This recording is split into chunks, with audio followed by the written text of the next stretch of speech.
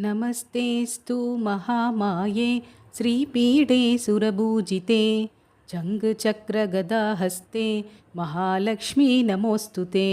नमस्ते गरुडारूढे कोलासुरभयङ्करी सर्वपापहरे देवी महालक्ष्मी नमोऽस्तु ते।